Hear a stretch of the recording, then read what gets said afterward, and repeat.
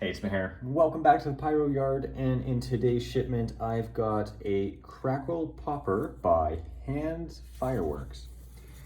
Now don't ask me if this is a mine or if this is a mortar, mini mortar, because Lord knows I have no idea and it doesn't say. Are you kidding me?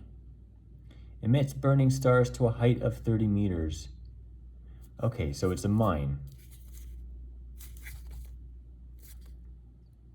Keep spectators away, minimum distance 60 meters. Yes, because it goes up 30. Don't hold in hands.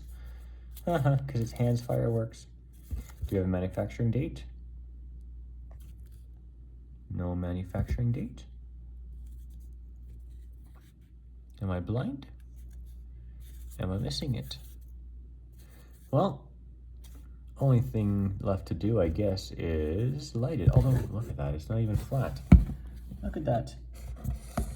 Built in 5-degree angle. Yay! Holy shit, there it is.